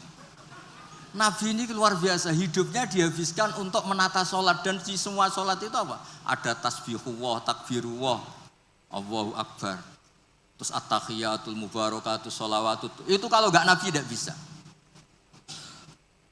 Bagaimana seorang manusia yang punya nafsu, punya selera, punya haddun nafsi, kemudian semuanya diarahkan ke Allah. Tidak bisa kalau nggak Nabi. Makanya disebut as-sholatu imaduddin. Itu bukan musollinya. Orang kadang rata-rata kiai pidato orang yang sholat itu enggak. Nabi ketika as-sholatnya. Sholat itu, jadi dengan sholat itu sudah kelihatan. Ini kalau nggak ide seorang Nabi tidak bisa. Susunan katanya, bentuk penghormatannya, semuanya Allahu Akbar. Kalau orang tertentu baca kabira walhamdulillah katsira, ada yang Allahumma ba'id baini. Apapun itu penghormatannya pada Allah. Rukuk subhana rabbiyal azim, i'tidal rabbana walakal hamdu. Nanti sujud subhana rabbiyal a'la. Itu kalau enggak Nabi tidak bisa punya ide gitu. Sama nyanyi lagu frustasi atau punya hak lagu apa, putus cinta, cinta buta, apapun itu mesti enggak terkait Allah. Jadi menurut saya dengan desain sholat kayak itu kalau enggak Nabi tidak bisa. Makanya disebut amlam ya'rifu rasulahum fahum lahu mungkirun. Muhammad itu mau cekali bersama kamu. Abu Jahal CS itu ngomongi Muhammad mulai kecil bersama kamu. Apakah kamu pernah ngerti dia bohong? Hal jarrabtum alaihi kadiban qaulullah. Terus gerakannya apa? Mulai pertama jadi nabi, sebelum nabi itu hobinya ya sholat itu. Gerakan sholat itu nggak mungkin ditemukan manusia, itu nggak mungkin. Coba kata-katanya sholat, gerakan fisiknya, semuanya itu mesti mengarah itu nabi. Maksud saya kalau bahasa keseharian itu ya terserah lah. Orang Jawa kalau dipegang kepalanya tersinggung, kalau orang Arab seneng. Dan ini kalau bentuk penghormatan pada guru sampai adili ya repot, semuanya subjektif. Semuanya apa? Ya tapi tentu nggak boleh berlebihan. Di mana-mana berlebihan itu nggak baik. Hanya urusan penghormatan. Kamu makan berlebihan ya sakit panitia kan. Kamu sering ngaji ya kasihan istri kamu. Pelarian kok ngaji itu gimana? Kamu terlalu sayang istri ya kasihan ibu kamu. Karena apa-apa kalau berlebihan kan enggak. Makanya saya tuh sering cerita kalau ada santri sering sowan saya sama istrinya tak marahin. Kamu tuh santri nggak benar, terlalu mesra. Ternyata betul. Setelah beberapa hari ibunya datang. Ya Gus, Jokrabi lali kulo setelah menikah lepas saya. Ya karena berlebihan itu. Kayak orang kok seneng ngaji, bahaya itu mesti. Agak-agak banyak masalah. Ini bukan suudon, soal yakin. Tapi bagus, pelariannya kok ngaji. Coba sekarang misalnya istri sampean sedang mesra terus ngajak liburan ke Australia, milih ngaji Gus Pak apa ke Australia? Ayo jawab. Sedang mesra-mesranya, Pi, ayo main ke Australia, mumpung saya uangnya banyak. Sudah kamu tak traktir, ngaji apa liburan? Oh yang bener. Yang jujur gitu loh. Ya tapi nggak apa-apa, ngaji itu sudah bagus. Mulai dulu ya gitu, mulai dulu ya. Sayyidina Ali itu kalau ke masjid itu sedang bentrok sama Sayyidah Fatimah. Kalau enggak ya di rumah sama Sayyidah Fatimah. Artinya itu manusiawi. Makanya Nabi tanya, mana suamimu? Baini wa bainahu syai'un, tadi ada geger sama saya, makanya enggak di rumah. Terus ternyata tidur di masjid. Kalau kata KNO karena bayangkan ada beduk, tidur di bawah beduk. Padahal masjidnya Nabi tidak ada beduk. Terus ya abad turab. Ya dulu itu biasa orang ke masjid itu karena uzubah, belum nikah kayak Abdul bin Umar. Atau Ali baru masalah dengan Sayyidah Fatimah. Sekarang ya alhamdulillah banyak yang teruskan itu. Kalau sedang banyak masalah ya sering ke masjid, kalau enggak ya enggak. Itu sanadnya mutasil itu. Jadi beragama itu ya untuk manusia biasa aja. Sementing tauhidnya ditata. Tadi kata Pak Quraisy, kalau iman sama Rasulullah Muhammad Nabi ya syahadahnya di minimal syahadat tadi. Orang punya ide menemukan sholat itu kalau enggak seorang Nabi itu tidak bisa. Coba kalimat sholat itu menguntungkan Nabi apa menguntungkan Allah? Kalau boleh dibahasakan. Semuanya mengarah ke Allah. Bahkan hubungannya Nabi dengan Allah itu kita katakan apa? Allahumma sholli, ya Allah kasih. Nabi saya ini kasih rahmatmu. Tetap saja hubungannya Allah pemberi, Nabi diberi, penerima. Jadi nggak mungkin agama ini kebablasan sampai menuhankan. Nah, masuk surga pun dengan rahmatnya Allah. Sampai Nabi ngintikan kamu tidak masuk surga karena amal kamu. Wala anta ya Rasulullah, juga engkau tidak masuk surga karena amal engkau. Wala ana illa ayataghamma dan ya Allah birahmati. Kayak apa? Segalanya itu Allah itu kayak. Keren kan jenengan? Keren, sekarang ngrungokno ngaji. Nggih, kasih. Illa ayataghamma dan ya Allah birahmati. Allah Maha Baik, kata Rabbukum ala nafsihir rahmah. Baik Bapak dan Ibu sekalian, waktu juga yang memisahkan kita ya. Jadi tadi pertanyaan yang tadi sudah pertanyaan pamungkas. Ada beberapa daftar pertanyaan lagi, tapi saya kira tadi juga sudah diurai saat uraian baik Gus Baha maupun Abi Quraisy. Bapak dan Ibu sekalian, ini ternyata benar-benar banyak yang hadir ya. Ini saya lihat alumni pendidikan kader Mufassir, PKM, PSK. Ini sejak 2005, ini banyak juga ya. Ini ada juga beberapa yang masih kelihatan nih. Kemudian jamaah halaqah tafsir. Ini banyak juga ini. Ini halaqah tafsir. Ini jauh lebih tua ya usianya ini ketimbang program-program yang lain, karena sejak awal berdiri memang sudah dilaksanakan dan sampai sekarang masih konsisten. Setiap Rabu di masjid ini ada kajian terkait keislaman, keal-Quranan, dan halaqah tafsir ini ada kelompoknya. Silahkan Bapak dan Ibu untuk mengikuti kegiatan halaqah tafsir ini setiap Rabu di masjid kita ini. Jam 9 Bu ya, sampai jam 11 biasanya. Ya, dan masih banyak lagi yang lain hadir di sini. Kami ucapkan terima kasih atas kehadirannya. Dan mungkin ada satu pertanyaan lagi ya. Ini ya kita kasih jamaah perempuan satu aja ya. Tapi pertanyaannya singkat ya, singkat karena waktu juga. Silakan panitia bantu untuk memberikan mic-nya. Silakan yang ibu yang paling belakang. Langsung ke persoalan Bu ya.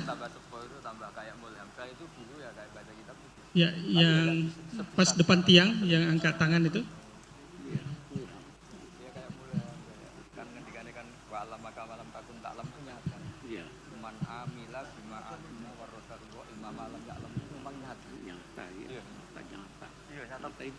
Silahkan Bu. Dan sebutkan namanya, dari mana, dan singkat ya. Assalamualaikum, saya Ibu Wahyu dari Depok. Mau tanya ke Gus Baha, mau bagi ilmu sakleknya Gus. Dalam ibadah, segala ibadah itu tergantung ikhlas. Ikhlas itu kadang hati ikhlas, pikiran enggak. Kadang pikiran ikhlas, hati enggak. Nah itu cara nyingkronin itu gimana Gus Baha? Makasih, assalamualaikum warahmatullahi wabarakatuh. Terima kasih Bu ya. Langsung dijawab sama Gus Baha. Ya ini alhamdulillah ada yang berani tanya ikhlas. Ini semua yang datang juga agak ikhlas. Karena ikhlas itu makom yang susah. Tapi justru itu tantangan apa? Jadi kalau tadi asmani siapa? Oh, dari Bogor tadi ya, dari mana? Depok ya dari. Depok ikut Bogor apa Jakarta? Jemput apa gitu? Pokoknya ikut dunia lah pokoknya. Jadi begini, ini sekaligus mengertikan teman-teman dari BK, alumni semuanya yang hadir. Ikhlas itu nomor kesekian, yang penting protap ibadahnya itu benar. Misalnya gini, Anda sholat tidak ikhlas tapi jamaah. nggak ikhlas, ingin dapat pujian tapi jamaah. Itu di situ kan ada pengakuan kalau itu wajib. Jadi selalu ada kebaikan dalam kebaikan, meskipun tidak ideal. Misalnya Anda jamaah tidak ikhlas, tapi mengekspresikan diri sujud, mengekspresikan diri ruko itu sudah luar biasa. Makanya sebagian ayat ini Pak Kures sangat paham. Ada mukhlisin, ada mukhlasin. Sebetulnya ada harapan kalau Allah ingin menghendaki kita tidak ikhlas tapi dimukhlaskan, dimurnikan sama Allah. Karena berkahnya protap yang benar. Misalnya gini, saya sodako sama fakir miskin tidak ikhlas, ingin jadi DPR, kayaknya saya ada potongan tapi, atau ingin nyalon bupati, kan tidak ikhlas. Tapi berkahnya ini hal yang manfaat. Saya didoakan sama fakir miskin ini, karena tak kasih sesuatu yang manfaat.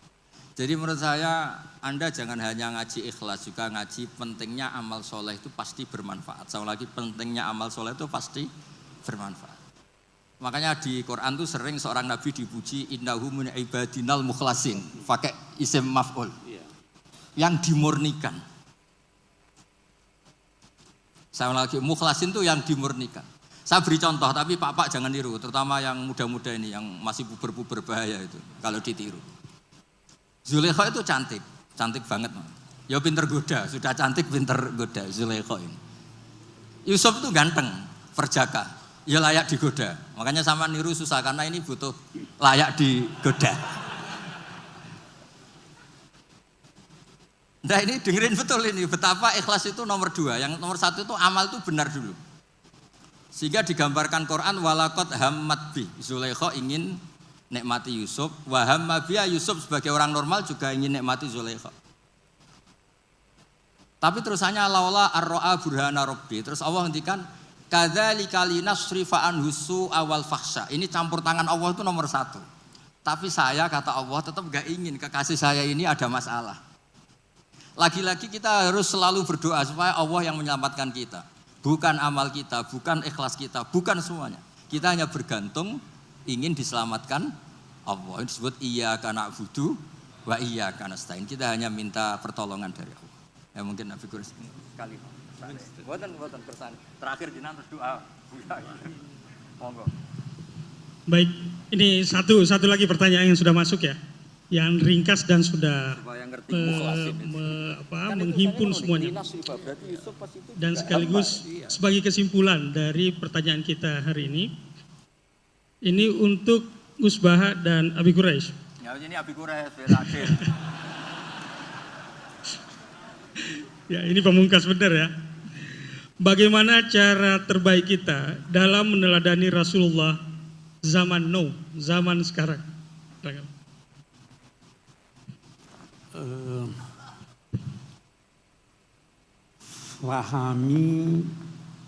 Fahami sunnah Nabi, fahami Al-Quran. Satu hal, Rasul itu punya fungsi bermacam-macam. Bisa jadi fungsinya sebagai pribadi. Dia suka makan ini, dia tidak suka makan itu. Itu Anda tidak perlu teladani itu. Dalam konteks pertanyaan itu banyak. Ya, Nabi sebagai hakim, Nabi sebagai mufti, Nabi sebagai politisi, Nabi sebagai anggota masyarakat dan lain-lain sebagainya, macam-macam. Nah, itu sebabnya tadi saya katakan teladani dengan cerdas. Saya mau beri contoh tadi, ini minta maaf nih bapak-bapak. Tadi waktu dari dalam saya tidak pakai sendal, Gus Baha tidak pakai sendal. Ada yang paksa, Pak Kures, nanti ada beling pakai sendal. Terus ada disodorkan pada saya sendal orang lain, saya tidak tahu. Tolong itu dilihat tuh nanti. Ya toh. Dulu masa Nabi, mau kita lihat Nabi. Jangan ada yang pakai alas kaki. Jangan pakai alas kakimu kecuali setelah keluar masjid. Kalau di dalam masjid atau pakai waktu mau keluar di ini, kalau semua harus pakai alas kakinya waktu keluar, itu tidak mungkin. Jadi walaupun Nabi sudah perintahkan seperti itu, situasinya tidak memungkinkan. Jangan lantas berkata, saya ikuti aja Nabi, nanti yang keluar semuanya pakailah alas kaki, jangan pakai alas kakimu dalam keadaan kamu berdiri. Semua berdiri, tidak keluar-keluar orang kita di sini. Jadi fahami dengan cerdas. Jangan ada yang berkata, Nabi menikah, mau teladani Nabi. Itu orang bodoh dan orang sombong. Bodoh karena dia tidak tahu ini bukan tempat meneladani. Dan sombong karena dia merasa dirinya sama-sama Nabi. Jadi pelajari situ, pelajari apa. Contoh lagi yang lain saya beri. Soal Nabi terkadang berfungsi sebagai hakim, terkadang berfungsi sebagai mufti. Ucapannya itu harus kita teliti. Saya sering beri contoh ini. Karena apalagi kalau ibu-ibu banyak. Ada suami kicir. Datang istrinya pada Nabi Hind. Itu suami saya kicir, wahai Nabi. Boleh enggak saya ambil duitnya tanpa izin? Bagaimana ini? Nabi jawab, ambillah. Asal wajar. Mencuri atau tidak itu? Persoalan yang dibahas. Ini fatwa atau ini ketetapan hukum? Kalau fatwa hanya berlaku buat yang bersangkutan, yang bertanya. Kalau ketetapan hukum silahkan. Pasti ambil aja asal jangan buat parfum dan sebagainya. Jadi itu cerdas itu namanya. Semua benar. Tetapi harus disesuaikan dengan kondisi kita. Harus seperti tadi juga penghormatan. Satu masyarakat beda penghormatannya dengan ini. Orang Eropa tidak segan tangannya di pinggang sambil bicara sama orang tuanya. Jangan coba-coba itu di sini. Itu budayanya beda. Jadi itu namanya kita meneladani Nabi dengan cerdas. Itu sebabnya fattabi'uhu. Pelajari, ikuti sesuai dengan kondisi masing-masing. Tadi itu soal pesantren, itu orang tidak ngerti pesantren itu yang berkata, saya di sini, ini untuk diketahui, saya di sini anak-anak pusat. Saya tidak mau kalau saya masuk ada yang berdiri. Saya bilang, bukan Indonesia Raya. Tidak perlu berdiri. Karena dia di Jakarta. Boleh jadi di tempat lain, saya dulu waktu di pesantren begitu. Itu situasinya seperti itu. Saya tidak mau orang nunduk-nunduk, tidak usah kalau di sini. Tapi kalau di tempat lain, jangan tidak mengerti budaya setempat.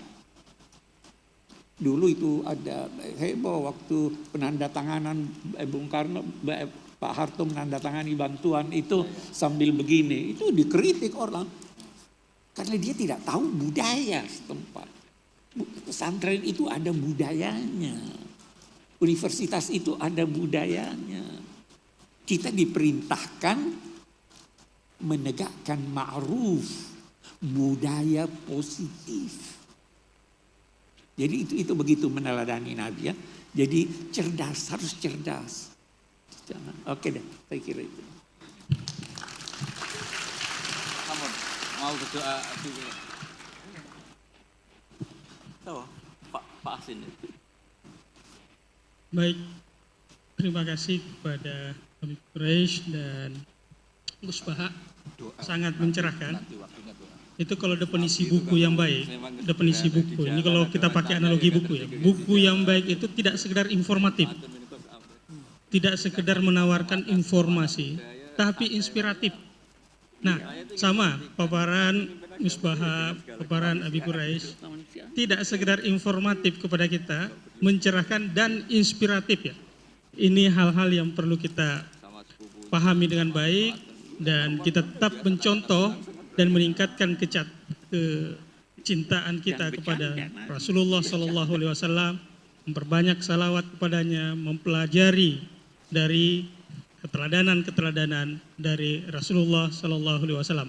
Kita tetap menambah ilmu sekaligus meningkatkan akhlak kita dan menjaga relasi baik kita kepada sesama orang.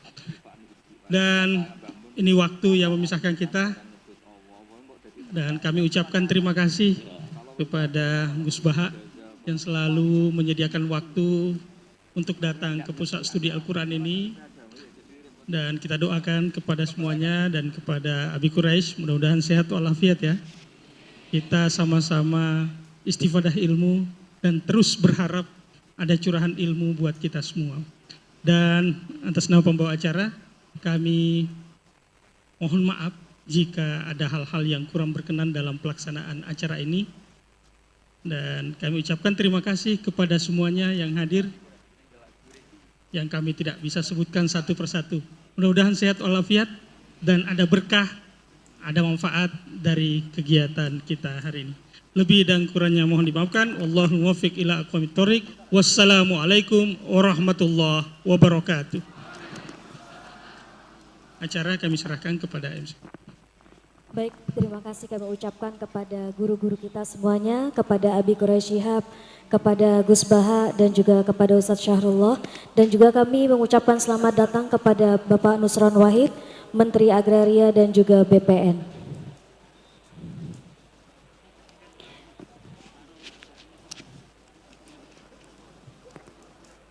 Baik, selanjutnya hadirin wal hadirat, seluruh rangkaian telah kita lalui dengan hikmat dan penuh cinta. Kini marilah kita menundukkan hati, menengadahkan tangan, memohon keberkahan dan ridha Allah Subhanahu wa taala melalui doa yang akan dipimpin oleh Dr. Kiai Haji Asin Sakho Muhammad selaku Ketua Dewan Pakar PSK. Kepada beliau kami persilakan. Bismillahirrahmanirrahim. Alhamdulillahirabbil alamin. Hamdan yuwafi ni'amahu wa yukafi mazidah. Ya Rabbana lakal hamdu wa lakal syukur kama yanbaghi لجلالك وشكر أمام سلطانك اللهم لك الحمد حمدا كثيرا طيبا مباركا فيه سبحانك لا نحصي ثناء عليك أنت كما أثنيت على نفسك ولك الحمد حتى ترضى ولك الحمد إذا رضيت ولك بعد الرضا اللهم لك الحمد كله ولك الشكر كله بيدك الخير كله وإليك يرجع الأمر اللهم صل صلاة كاملة وسلم سلاما تاما على سيدنا محمد الذي تنحل به العقد وتنفرج به الكرب وتقضى به الحوائج وتنال به الرقاب حسن وخواتم واستسقى لهم به الجن الكريم وعلى اله وصحبه في كل لمحة ونفس بعدك كل معلومات ربنا لا تدع لنا في مقامنا هذا ذنبا الا غفرته ولا عيبا الا سترته ولا هما الا فرجته ولا عدوا الا هلكته ولا دين الا قضيته ولا مريض الا شفيته ولا ضالا الا هديته ولا عائلا الا غنيته ولا فساد الا صحته ولا صديق الا رحمته ولا حاجة من حوائج الدنيا والآخرة غير رضا لنا فيها صلاة إلا قضيتها ويسرتها إنك تهدي السبيل وتجبر الكثير وتغرق يا رب العالمين اللهم ارزقنا حبك وحب نبيك وحب كتابك وحب من يحبك وحب عمل يقربنا إلى حبك اللهم اجعل حبنا لهذا القرآن الكريم اللهم اجعلنا لهذا القرآن الكريم أحلى من العسل اللهم بعلمك الغيب وقدرتك على أحينا ما كانت الحياة خيرا وتكفانا ما كانت اللهم إنا نسأل خشيتك في الغيب والشهادة ونسأل كلمة الحق في الغضب والرضا ونسأل الرضا بعد القلب والشوق إلى لقائك ولذة النظر إلى وجهك الكريم في غير الضراء مضر ولا فتنة اللهم زينا بزينة الإيمان واجعلنا هداة مهتدين واجعلنا هدى اللهم اجعلنا هداة مهتدين اللهم إنا نسألك العفو والعافية والمعافاة الدائمة في الدنيا والدنيا والآخرة اللهم ارزقنا حبك وحب نبيك وحب كتابك وحب من يحبك وحب من يقربنا اللهم صل على سيدنا محمد وعلى سيدنا محمد كما صليت على سيدنا ابراهيم وعلى سيدنا ابراهيم فلان اللهم انا نسالك ايمانا لا ينفد بقرة لا تنقطع مصاحبة نبيك محمد صلى الله عليه وسلم على جنب اللهم انا نسالك ايمانا بشر قلوبنا وقلوبنا الصادق انك على كل شيء قدير يا حي يا قيوم برحمتك نستغيث واصلح لنا شاننا كله ولا تكلنا الى انفسنا طرفة عين ولا اقل من ذلك ربنا هب لنا من ازواجنا وذرياتنا قرة اعين واجعلنا متقين اماما اللهم اجعل هذه المؤسسة مؤسسة دار قدام مؤسسة موضوع إنك على كل شيء قدير. اللهم بارك لنا في مؤسستنا هذا، اللهم بارك في مؤسستنا وارزق القائمين فيها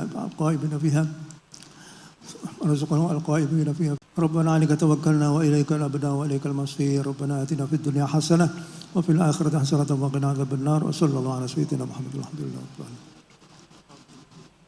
Amin amin ya robbal alamin. Selanjutnya sebelum kami menutup acara Maulid Nabi kali ini, kami ucapkan terima kasih kepada seluruh hadirin dan hadirat, kepada para ulama, tokoh, donatur, mitra, dan seluruh panitia yang telah mensukseskan acara ini.